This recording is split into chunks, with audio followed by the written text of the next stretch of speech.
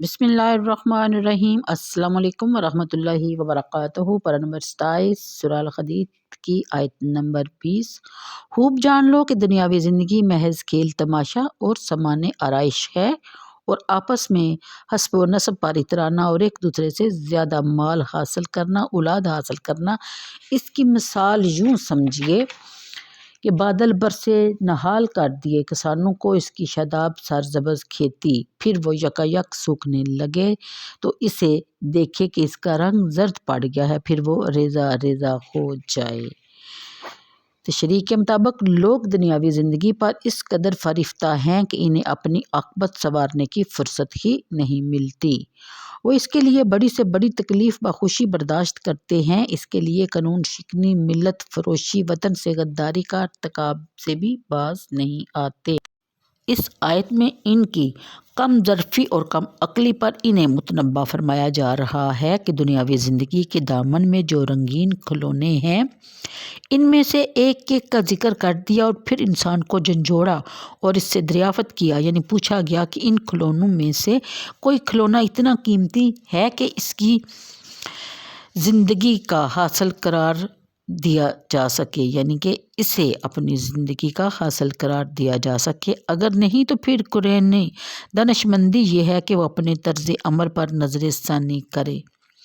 فرمایا دنیاوی زندگی عبارت ہے لہو و لعب سے جو بچوں کا کام ہے، زینت اور عائش سے جو عورتوں کا شیوا ہے، تفاخر اور تقاصر سے جس میں احمق اور نادان ہی اپنے آپ کو مشغول رکھ سکتا ہے۔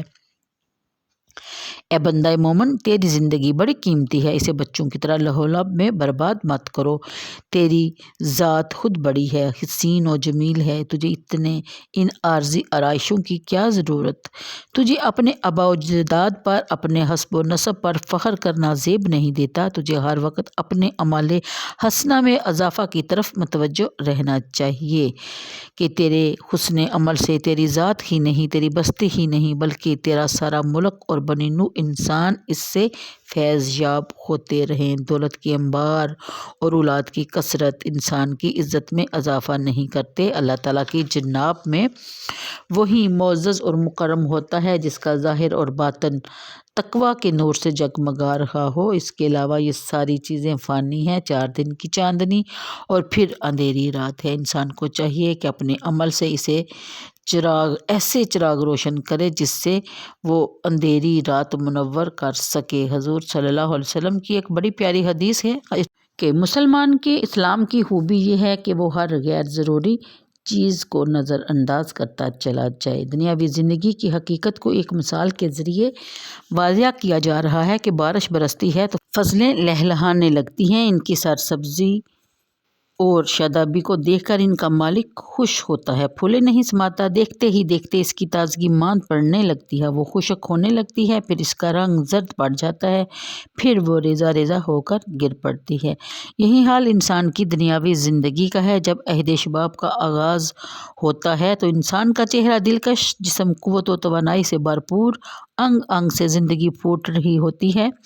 جب جوانی بڑھاپے کی طرف بڑھتی ہے تو رنگت بدلنا شروع ہو جاتی ہے، چہرے پر جھریاں نمودار ہو جاتی ہیں، ہاتھ پاؤں میں خیر اشکافی کی قوت باقی نہیں رہتی، دل میں شیرہ فگنی کی ولولے سرد پڑ جاتے ہیں، آخرکار ضعف کی وجہ سے بستر پر پہلو بدلنا دشوار ہو جاتا ہے۔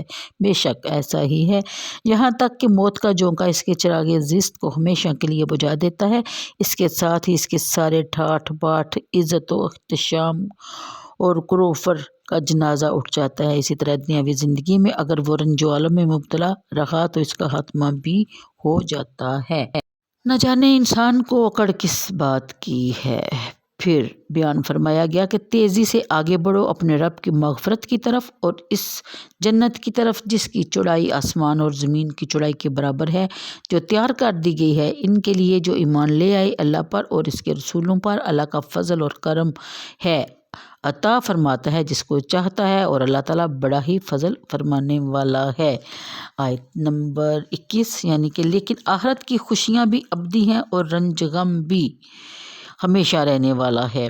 خوش نصیبی ہے ان لوگوں کے لیے جو دنیاوی زندگی کی فانی لذتوں اور عزتوں سے کنارہ کش ہو کر اپنی اخروی زندگی کو ہمیشہ باقی رہنے والی خوشیوں اور مسرتوں سے مالا مال کر لیتے ہیں۔ اور کتنے بدبخت ہیں وہ لوگ جنہوں نے دنیا کی عارضی خوشیوں کے بدلے اپنے لیے جہنم میں ابدی ٹھکانہ بنا لیا۔ استغفر اللہ۔ جو لوگ دنیا کی نعمتوں سے اپنی آخرت کو نہیں سنوارتے، ان کے لیے دنیا کے ساز و سامان میں دھوکہ اور فریب کے سوا کچھ نہیں۔ دنیا کے طلبگاروں کے درمیان مقابلے کی دوڑ جاری ہے۔ ہر ایک دوسرے سے اس میدان میں گوا کہ سبقت لے جانے کی کوشش میں لگا رہتا ہے، دوسروں سے زیادہ مال جمع کرنے، اپنے قصر کو زیادہ سے زیادہ عالی شان اور راستہ کرنے میں مخوف ہے۔ اے آخرت کے طلبگارو، تم اللہ تعالیٰ کی مغفرت حاصل کرنے کے لیے دوسروں سے آگے بڑھنے کی کوشش کرو۔ وسیع و غریض جنت جسے اللہ تعالیٰ نے اپنے نیک بندوں کے لیے آراستہ کر رکھا ہے، اس کی بہاریں تمہارے لیے چشمے برا ہیں، وہاں کی حوریں پھولوں کے گجرے پروئے تمہاری راہ دیکھ رہی ہیں۔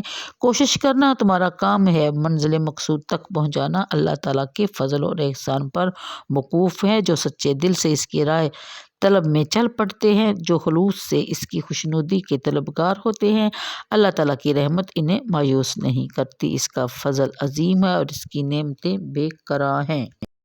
آیت نمبر 22۔ نہیں آئی کوئی مصیبت زمین پر اور نہ تمہاری جانوں پر مگر وہ لکھی ہوئی ہے کتاب میں اس سے پہلے کہ ہم ان کو پیدا کریں۔ بے شک یہ بات اللہ کے لیے بالکل آسان ہے۔